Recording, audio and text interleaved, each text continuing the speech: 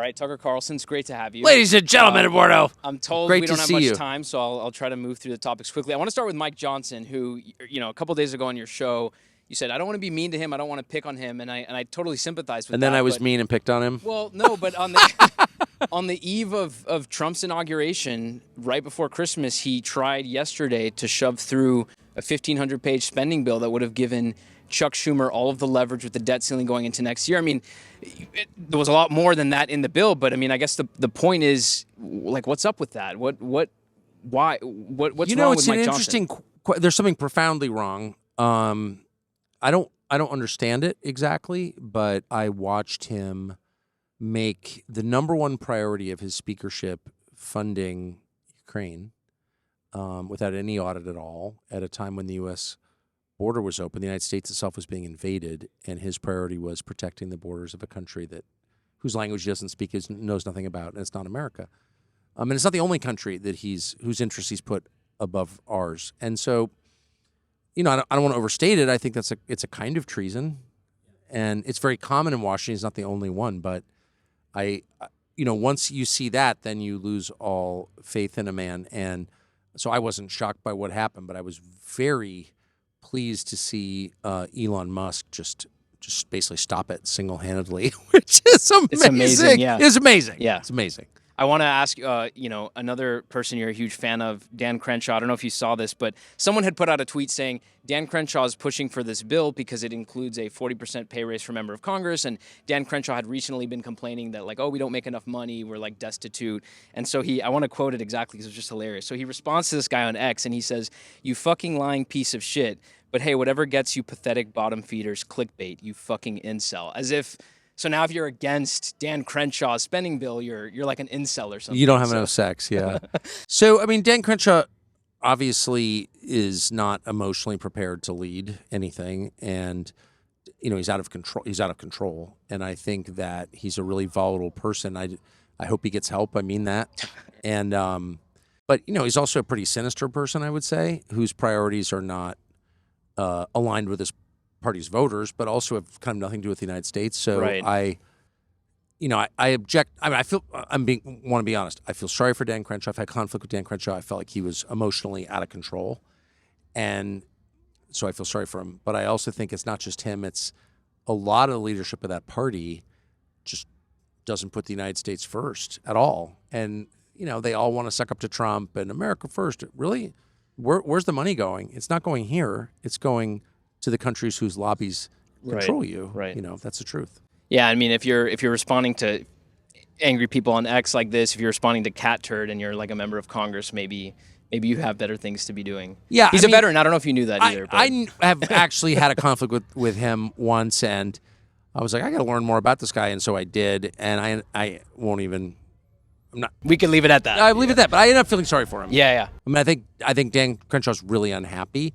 And I don't think unhappy people should lead in general. I don't think they make good parents. I don't think they make good congressmen. I don't think they make good presidents. I don't even think they make, good public intellectuals. So, deep personal anguish is not a good starting point for wise decisions. No. I read the other day that you played a role in blocking Mike Pompeo from the new Trump administration. So thank you for that. You don't even have to say if it's true or not. But I did want to ask you, how involved have you been with the transition? How often do you talk to Trump? Maybe not even necessarily about this, but since his election victory, I mean, how closely have you I've been seen involved? him, pretty regularly, but I'm definitely not a political player, never have been. I'm not good at it. I don't understand it. I never can successfully predict who's going to win any race. I just don't have a natural feel for it at all. I wish I did, but I don't. But I have, strong views on a few things. I don't have a ton of power, but I express my opinion if I think it's really important. I'm certainly not bombarding anybody with my dumb views on anything. But Mike Pompeo's a criminal, so you can't make him defense secretary. He tried to murder somebody who hadn't even been charged in the United States with a crime because he embarrassed Mike Pompeo's agency, which, by the way, was the CIA, which needs reform desperately. It does not need to commit more murders. And just as a sort of obvious observation, federal appointees are not allowed to murder people with my money and my name. That's illegal. That's a crime. That's attempted murder. He tried to kill Julian Assange. And I've said that many times in public. He's threatened through other people to sue me. Go ahead, you freaking criminal. I'm not the criminal for saying he is a criminal. Right. So I don't think that's a tough call. There are lots of people I disagree with who I don't think are criminals, but Right. Mike Pompeo is. And I just want to say it again. Mike Pompeo is a criminal. That's not allowed. If you think that that's okay, then we just have a completely different vision of everything, and we're just on opposite sides, I guess. Well, on that, on the Trump administration, I mean, you spent a lot of time with him throughout the campaign, I think at different key moments, but something for me, having been on a different side, like the show, Tucker Carlson Tonight when we were at Fox, you probably don't know this, but I remember it really well the day after the 2022 midterms when I think it's safe to say, looking back, it probably wasn't the best night for Trump, whether, that was his fault or not. But I guess my point is it wasn't clear right after the midterms that, the nomination was his or that he would even win the presidency, win the White House. And, Justin was there. It didn't seem like he would. It didn't. And not to me. Well, it shows you what I know. Nothing. so much so that, I had a conversation with Justin that morning and I won't say who, but he said, well, maybe, this campaign, we should start developing a relationship. We just don't know what's going to happen. And so obviously things change. People can say Butler, Pennsylvania, but I think things had started to change before. So having been on the day. I know the day. So I was starting to spend the winter in Florida. I was very impressed by Ron DeSantis's response to COVID. I'm still impressed by it. I'm impressed by DeSantis's command of detail, which is amazing. I'm impressed by his intelligence, his energy. But at almost exactly the same time, three things happened. DeSantis completely changed his stated view of the war in Ukraine, which is gravely hurting America, in my opinion, at the request of a donor called Ken Griffin. And I saw that and I was like, wow, you can't do that. Second, they passed in effect a censorship law, a hate speech law in Florida, which is not only unconstitutional but contrary to the spirit of America itself. Your right to say what you think is bestowed by God. It cannot be taken away. Government's job is to protect it. That's government's first job because it's the First Amendment. So I was really distressed by that. I still like DeSantis, but I sincerely disagree on those two issues. But the big change with Trump was the raid on Mar-a-Lago in August of 2022. 2022? Yeah. No, because I guess it would have been after probably 23. Was it 23? Would it have been? No, I think it was probably after the midterms. No, Was it before the midterms? It was 22. Okay. And that's when the midterms were a disaster. I don't know if that was Trump related or not, but when they raided Mar-a-Lago, that's when I thought that this is too on a documents charge. I'm from D.C. I know a lot about. My dad worked for the government. I know a lot about I know enough about classification. So that's just ridiculous. Yeah, that's political persecution using the Justice Department, and I wasn't as cynical as I am now 2 years later. I was really shocked by that.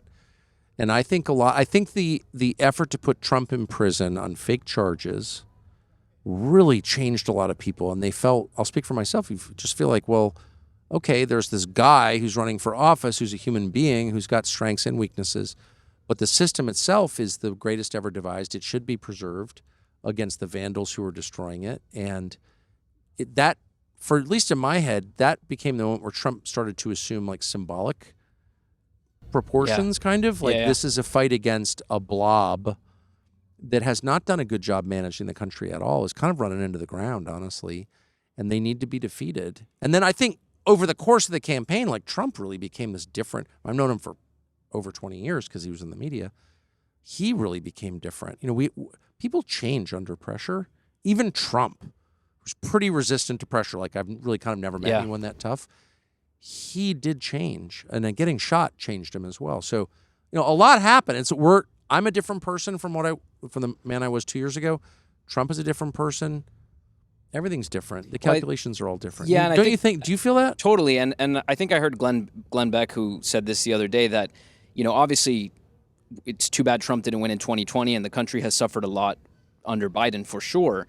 But Glenn had sort of said, in a way, we should be thankful that certain things happened because the second Trump term that we're going to get now, because of what he's learned, because of what he's gone through, is going to be far better than what a 2020 to 2024 Trump term would have gone. Yes. And I kind of believe that. I hadn't really thought about it in those terms, but he himself being out of office, I think, is going to be refined, better. I totally agree. Everything we're going to get, hopefully policy-wise, is going to be even better. The winning is just not going to stop. Yeah, there's so many there's so many lessons, but one is we're not in control of history. the way things unfold is not consistent with our timing or preferences. Things happen for reasons that we don't understand at the time. We maybe don't understand in this lifetime. But there is a purpose behind events, even if we can't see it. And have a little more faith, I guess, would be kind of the answer. Like, I'm not God. I can't see the future. None of us can. And just, it's all been a nice reminder of that. Things happened. I'm sure, I know you feel the same way. It's like so much has happened in the last 12 months that who has had time to sort it out? Yeah. And really think about what it means. It'll be years before I figure it out, if ever. I'm just sort of glad to be in the moment. Like you said, I mean, I haven't, even since the election, it's sort of, I mean, even the Butler thing, it's like 2 weeks later we were talking about something else, and it's like, what, they just tried to shoot this guy. I mean, like, why have we moved on from, but back to his it's almost too much to digest, though, don't you think? Yeah, at least for me. Me too. Maybe there are people smarter than I who can maybe digest Elon it, gets it. Yeah. Part of his second campaign was building this coalition that, again, didn't exist before. And I think the two cabinet picks that most represent that are Tulsi and Robert F. Kennedy Jr. You know them both well. I know Tulsi pretty well. The question is, do you think they get confirmed? I think Bobby will get confirmed for sure, for a couple reasons. I think there's a couple Democrats who will support him. And they support him because, for one reason, he has a national constituency. I did several Trump rallies with Trump before the election. And Trump, of course, gets the most applause. It's a Trump rally. You know, he's Trump, is the most famous man in the world. But Bobby was not a distant second, actually. Like, Bobby Kennedy at a Trump rally was huge. Yeah. I saw it with my own eyes. I was on stage. It was incredible, the reaction of Trump voters to Bobby Kennedy. I was really I mean, I've been friends with him for a while, so I love Bobby Kennedy and happy to say so. But I was like the only sort of Trump-aligned right-winger I knew who liked Bobby Kennedy. No, someone close to me who's probably a little turned off by Trump told me she voted for Trump because of Robert F. Kennedy. I mean, he had that pull Is it with a the lot of person people. close to you I know? No, but we got engaged, actually. The person. No that person, way! yeah. I don't know if that's who you were referring to, but no, someone else, someone in my family. I told you to marry that girl. I'm so He glad did. you He are. told me I a long did, time I ago. did. In fact, we were in a helicopter in a foreign country, and we were flying up in a place we should not have been flying, and we got caught in air currents against the side. I thought this might be it. And I said to Eduardo in this helicopter, this was a few years ago, I said, if we get out of this, Eduardo, you need to marry that girl and have some babies with her. Did I say that? He said that, and he texted her shortly after when we got back in the car. Imagine just getting that text. Hey, it's Tucker Carlson. Your boyfriend nearly lost his life on a helicopter ride. Since you bring up that trip, actually, I want to ask you because I don't know if you remember this. We were about to board the plane back to the United States. Yeah. And you and I got pulled aside. Like, this is like right before you just scan your boarding pass, you get on the plane. They went through all our stuff. They strip searched us again. And you repeatedly ask, why just us two? You know, me just because I was with you, obviously. But the lady responded to you, because your ticket says USG. It's a U.S. government check. Now, you know, I'm not into conspiracy theories, but for the next 20 or 30 times that I flew, every time I went through the machine, a certain part of my body that, let's just say, no one would like to get touched by TSA agents set the machine off every single time. I got pulled, and I was convinced that it was because I traveled. So I'm wondering, have you dealt with the same thing? You've done a lot of traveling this year, and you had recently said that you had been had experienced some issues with the Ukrainian security service. So, like, things like that. What have you, traveling? How hard have they? Not just the United States, but I guess U.S. proxies like Ukraine. How difficult have they made it? Well, I've been hassled in a couple of foreign. I mean, I wound up in custody in a foreign country once. I did have some problems this year, actually. Pretty significant problems that I'm not that interested in talking about because I don't want more of them. But real problems actually. So, but I don't know. I don't know the full truth. You never do. But yes, I will just say this more broadly. It's not about me. It's just in general. Elements of the U.S. government. The U.S. government's millions of people, but elements within the government who have really no accountability at all, particularly on the intel side, which is not accountable to anybody. The intel committees are run by people who are puppets of the intel agencies, so there's no accountability whatsoever, no oversight. They act through proxies in foreign countries, period. They do the dirty work. 100%. And this world is crawling with separatist movements and, disgruntled minority groups and armed factions of various kinds by the dozens, if not hundreds, globally. And a lot of those groups receive funding from the U.S. government through its intel agencies and DOD. And they act as proxies for elements of the U.S. government. I mean, I've personally seen it many times, and they act against U.S. citizens sometimes. That is a fact. So people are like, oh, the CIA kills people. Well, I don't think CIA employees kill a lot of Americans, but Americans do get killed in foreign countries by foreign elements that are influenced, if not at the command of the U.S. government. That's just a fact. Yeah. And I don't care if it sounds conspiracy-minded to say it. I've seen it up close. I'll say that. So anyway, so whatever. Yeah, but no, I mean, I've had a completely charmed, happy life. I'm 55. I feel great. And just to be clear, like never thought about killing yourself type thing. I am. Anyone who knows me knows I am the least likely Right. to kill himself. I've had in 55 years, I've had 1 day of depression. 1 day, literally 1 day. I didn't know what depression was. I got COVID. And for 1 day, Thanksgiving 2020, I felt really down, and which was helpful because I sort of know what people are talking about when they feel depressed. But I've only had 1 day of that, and I'm completely opposed to killing, period, including self-murder, period. There's nothing I am more upset by than suicide. So if there's one person on this planet who's not going to kill himself, it's me. Good. Since you mentioned killing, I want to ask you about this reaction to Luigi Mangione's assassination of the United Healthcare CEO's murder. And of course, people like AOC were out there saying, I don't defend violence, but there is a sentiment out there that needs to be addressed. It's a growing problem. AOC does defend violence. In fact, her entire platform is based on violence, on war and abortion and euthanasia. So to say that she doesn't defend violence, she is a spokeswoman for violence, for murdering children, murdering innocents in Ukraine, around the world. She supports the national security state, and would, I'm sure, be the first to tell you that dying with dignity is a good thing. The state murdering the elderly. So don't give me a lecture about violence, honey. Yeah, and I guess what was interesting to me about her comments, though, and I'm totally sorry, I just can't even deal with that. Yeah. People whose religion is violence. Their religion. They had an abortion truck outside the DNC. That's not human sacrifice. That's exactly what it is. It's what the Aztecs did. So these people worship violence. They think that they're empowered by the spilling of human blood. That's true. And I'm just, I'll take a lot of lectures from people, including her. I don't hate AOC or anything. I think she's talented, but I'm definitely not going to take a lecture on violence from her. No, and the right rightfully ripped her, like whatever, she's dumb for saying that. But this isn't what she meant. But after I thought about her comments, I sort of thought to myself, okay, there is a growing radical group of people in this country who do apparently think it's okay and that it should be celebrated that you kill someone over economic reasons. And I'm just not sure that the response is to those people, at least, or let's say to those who may be listening to that crowd but they haven't been radicalized yet. I'm not sure the response is, well, actually, you just don't understand healthcare policy, or like that's not how it works. And so my concern is that you're going to see more people radicalize in this country if people who are otherwise moderate. And I'm not talking about those celebrating, what Luigi did. I'm talking about other people who, let's say, have problems with the healthcare system. I am radicalized, and I think like how do we I'm address totally radicalized. How do we prevent more people from getting radicalized? I will say the one upside of that tragedy. First of all, you cannot allow people to murder strangers they disagree with on principle. Period. Then everyone's fair game. That's terrorism. Yeah.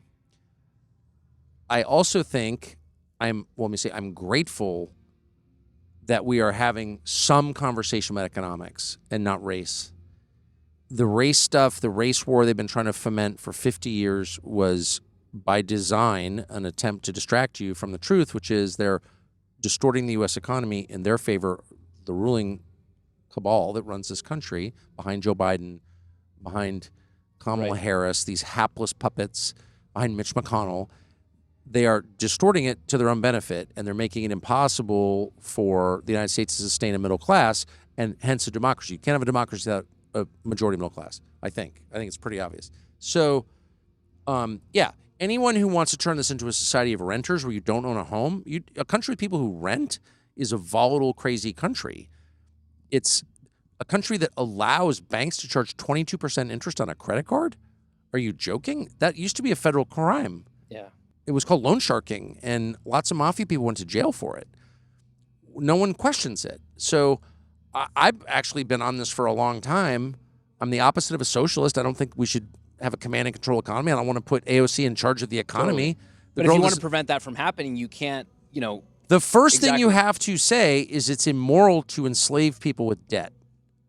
It's immoral to make it Look, the purpose of your society is to allow your children to raise decent children. That's the whole point of society. We all get together collectively to defend our women and children so that women may bear another generation of children who carry on our religion, our culture, our language, our civilization. That's the whole freaking point. There's no other point.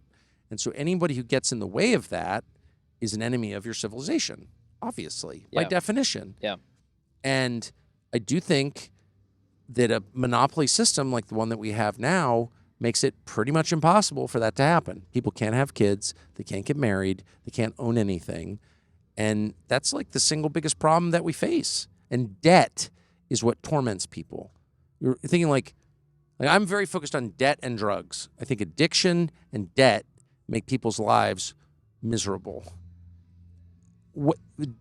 Debt is such a bigger threat to people than Iran. Drugs are such a bigger threat to people than China. Now, drugs may be coming from China, and our fixation on countries like Iran has put the country in debt. I mean, they're all connected as issues.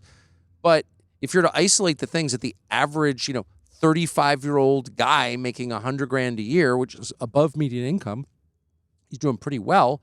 He's probably what's the credit card debt he's rolling over every month? Right. And people making $40,000 a year, like there's no chance they'll be able to have 5 kids, which a lot of people want, but they can't have them. They can't afford them. So I just welcome that debate. I really do. And the health insurance companies, how can a health insurance CEO be making more than a surgeon?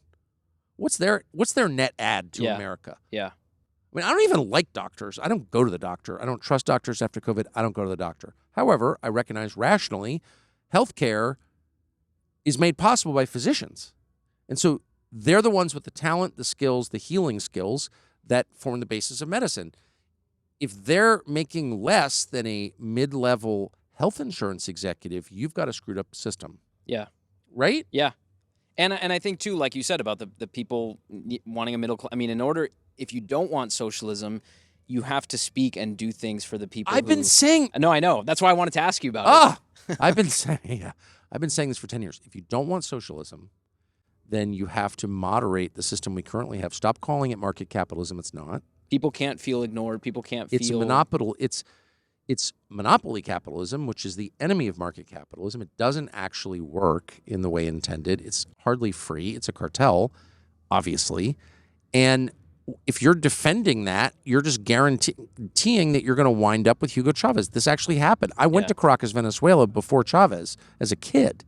I visited Caracas because I'm 55. It was a long time ago, but Caracas was a really nice town. It was actually a rich city. Yeah. It was a rich country. It's got the world's largest proven oil reserves. And now famously it's impoverished. You're eating zoo animals, all that stuff. How'd that happen? How did Hugo Chavez come to power? In a military coup? No, in an election. Because, 5 or 6 families, classic kind of Latin economic structure, took control of the economy and didn't share the wealth. That's just true. I'm sorry.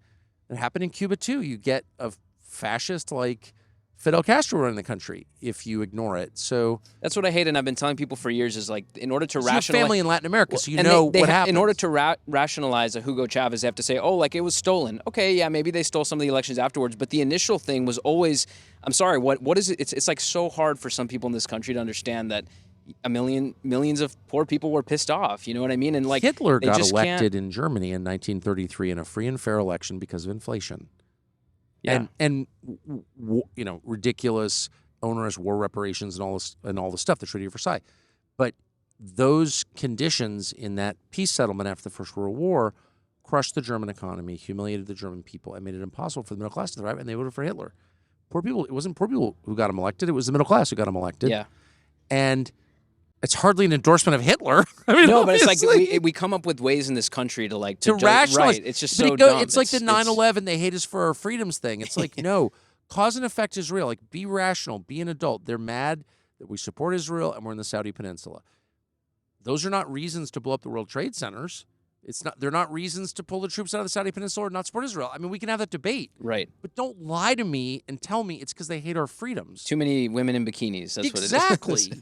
The same people who go to Lebanon and Dubai for the weekend are mad about bikinis? I don't think they are. So it's not that. There are reasons for this, and if you lie about what the reasons are, you're likely to repeat the cycle. And do you want that? And I do think that a lot of people would actually, the defenders of democracy, self-described defenders of democracy, are opposed to democracy, and they like a dictatorship. Yeah. And they're creating the conditions for one right now. I want to be on the record saying I don't want a dictatorship. I kind of like democracy. Yeah. Yeah. And it's slipping away. You mentioned Iran. I wanted to get your take on the... I just want to be clear. The Iran question is the most important question in this country. Exactly. And The most actually, important thing we can do is go to war with Iran. in case you weren't aware, they are super advanced technologically, that they have a mothership off the East Coast that has launched all these drones. They're really behind every... Such lie. It's just crazy. I just don't know how people believe that.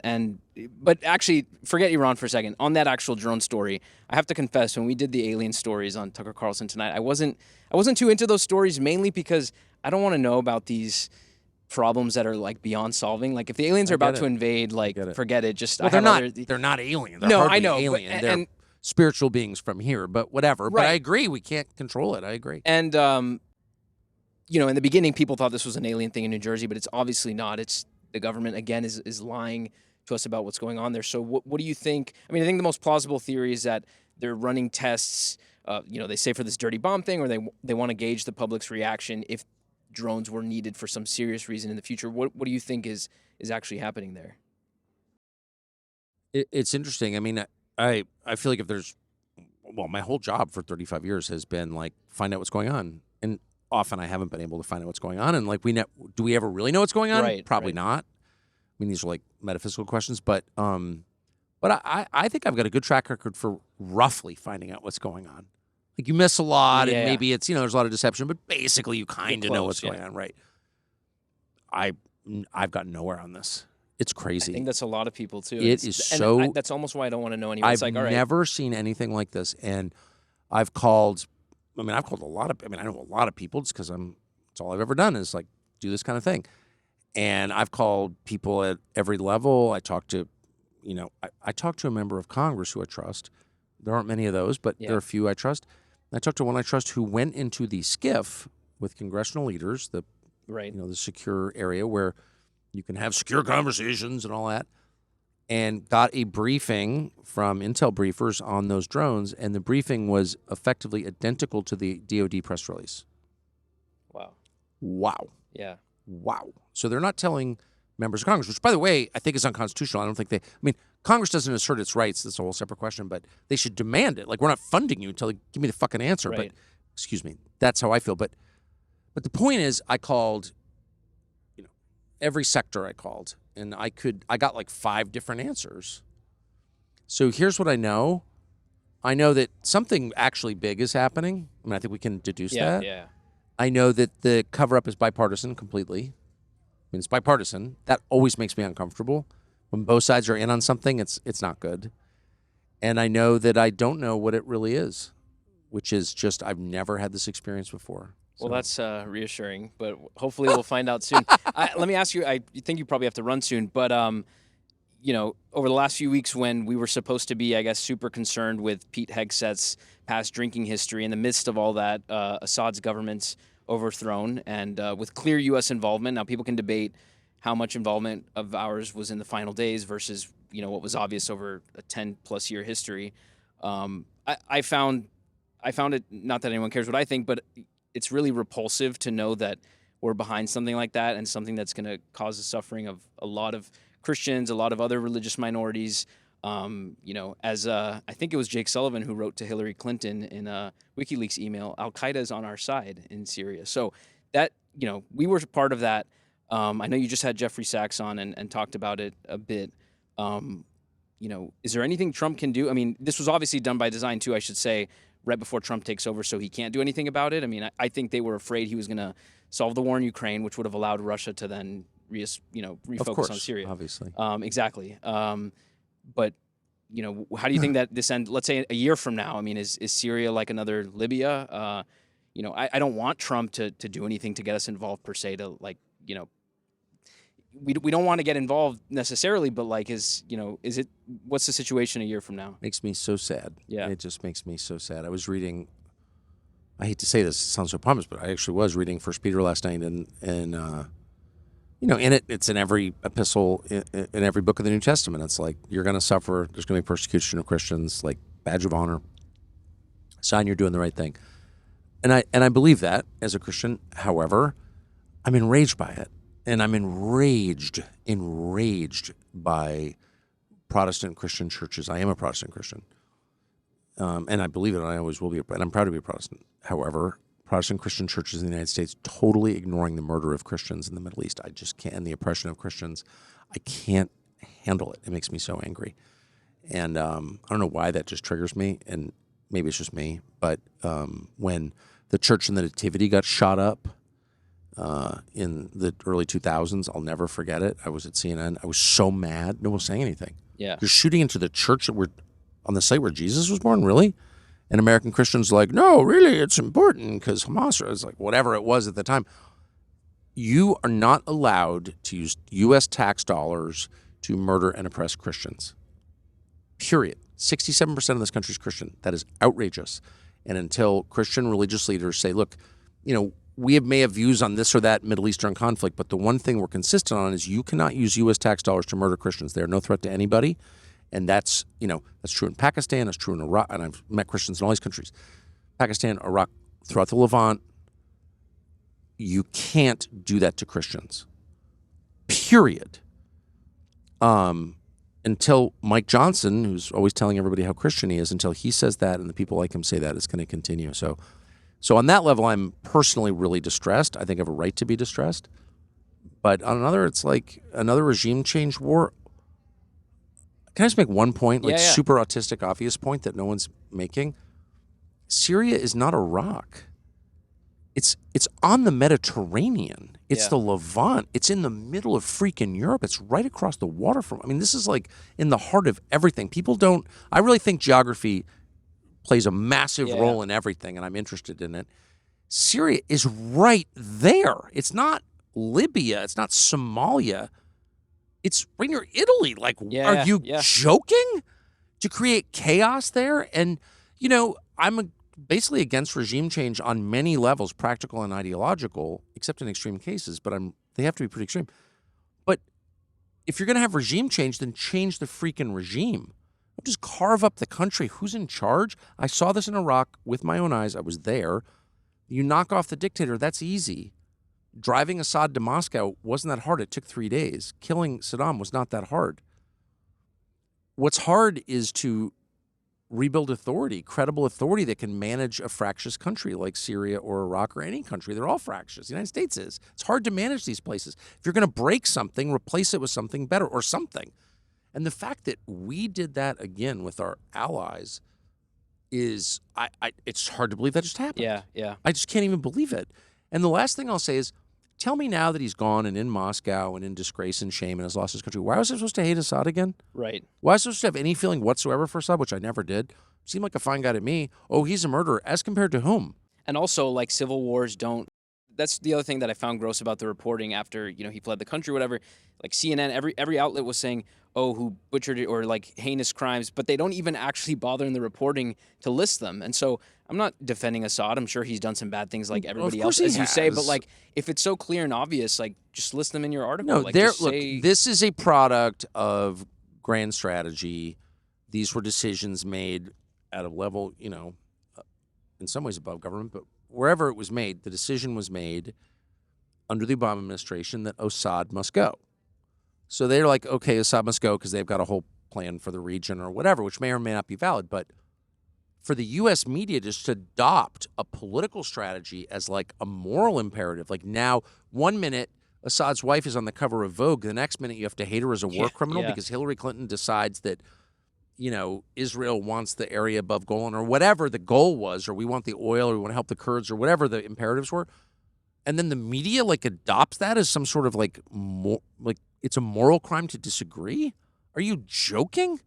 These are all regime outlets. I mean, actual regime outlets. Like the New York Times is filled with people who are doing the bidding of the CIA. That's true. Yeah. I had whatever. I could tell you so many stories. Well, But that's actually true. I'll just tell you that. Let me ask you, because the same response to the. Sorry, what happened? Oh, we got to wrap it up. All right. One more question, just on the Jeffrey Sachs interview. I saw a lot, and not that you want to take time to respond to your critics, but it bothers me because it's not just you that they do this to. It's like everyone. There was a reaction to, because you had someone who aired a critical view of another country, Israel.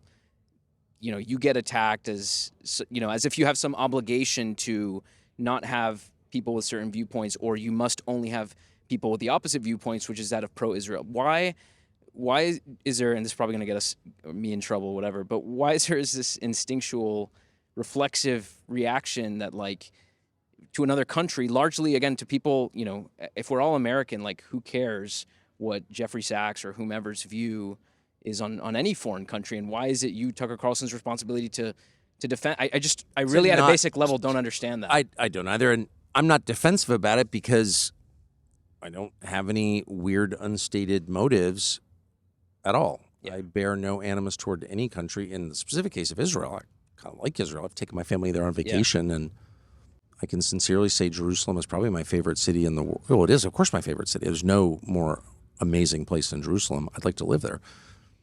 Hardly against Israel, but I'm an American, so I see things through the lens of my own country where my children were born and still live, and I hope my grandchildren will live, and their children. My family's been here for like 400 years, so like I think I have a right to say that. Yeah.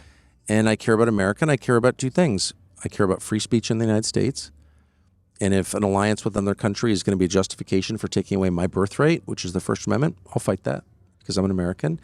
And if any alliance with any country, including Great Britain, where my ancestors came from, by the way, which is, I'll just say it, I don't like Great Britain at all. Yeah. Okay? In fact, I think I like Israel more than Great Britain, but whatever. It doesn't matter. I'm an American. And when the interests of a foreign country contradict the interests of my country, I'm taking my country's side. So that's it. I just don't really care. Like the hysteria, it's like, if you burn an American flag, nobody cares. But if you were to burn the flag of certain foreign countries, you'd like. Or like they have certain foreign countries' flags in the halls of, like, members of Congress have it hanging up there. Like, what if you hung the flag of Germany in your congressional office, or like France, or Syria. UK? Yeah. I mean, I don't know. I kind of think the U.S. Congress should serve the interests of the people it was hired to serve. Constitutionally, it's required to serve. So, but again, I'm not defensive about it because I'm not sending dog whistles or whatever. If I think something, I'll just say it. Right. And I don't think that my view, well, you've worked for me, so you know, I mean, I personally think my views are completely moderate. I don't want to control or hurt anybody. I don't want to even really impose my views on people that much at all. I don't have aspirations for power. Trump just got elected. I campaigned for Trump. Probably could have talked my way into some position. I don't want one. Right. It's not about the money. Anyway, I don't think I have weird motives. I have a clean conscience on this. And I do think, I'll just say it, I think October 7th made, understandably, a lot of people extremely sensitive and extremely paranoid. And I get it. I totally sympathize with that. And so there is a temptation. I've had conversations about this today, about the Jeff Sachs interview. Friends of mine was like, I can't believe you platformed it, whatever. An anti-Semite. Really? I think his family lives in Israel. I think he's an anti-Semite. Whatever. Yeah. Calm down. And I think it's the anti-Israel protests on campus and October 7th made people feel very touchy. I get it. But in my specific case, I've made the same, I think, relatively coherent argument since the Iraq War. The United States ought to act in its own interests. I'm a nationalist in a non-threatening way. I think the U.S. government should act on behalf of U.S. citizens. That's how I feel. Well, and I think what's gross is that they have to assert that there's some, like what you said, it can't just be what you're saying out loud.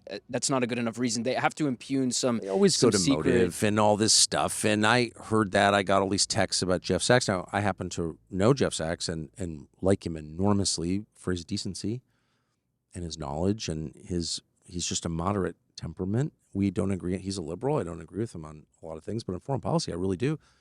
And I think that his motives are pure. And if they're not, tell me how they're not. But I'm actually not even that interested in motives. I'm interested in his analysis. Exactly. And so I get all these texts today from friends, people I like, actually. Well, he's this and that. And he's a liberal, and he's secretly working for the CCP. And I was like, it didn't even make any sense. They're just trying to attack the guy. And I said, okay, if you can show me any of that, I guess I'm sort of interested. But let's talk about what he said on TV. Which, by the way, I interviewed him. I wasn't making an ad with him. Yeah. I mean, Yeah. what? And last thing I'll say, it's pretty crazy for self-described conservatives who share like basically none of the values that I have, but whatever. I don't know how we're on the same team, but to say that you're not allowed to talk to someone who they disagree with, Right. how is that different from like Kamala Harris or AOC? Right. I just reject that. I think I'm the liberal. I think you should be able to talk to anybody you want, and you're responsible for what you say and do, not what others say and do. You can't be like bounced from your job for being friends with someone or talking to someone. I have like actual friends who've committed murder. Like, I know a lot of random people. I've been in journalism for 35 years. I know a lot of people. Don King, who I love, killed 2 people. I mean, I'm not endorsing the murder. I just like Don King. Yeah. You know what I mean? Like the whole thing is nuts, and I'm not going to play along. Yeah. And I don't feel like I have to.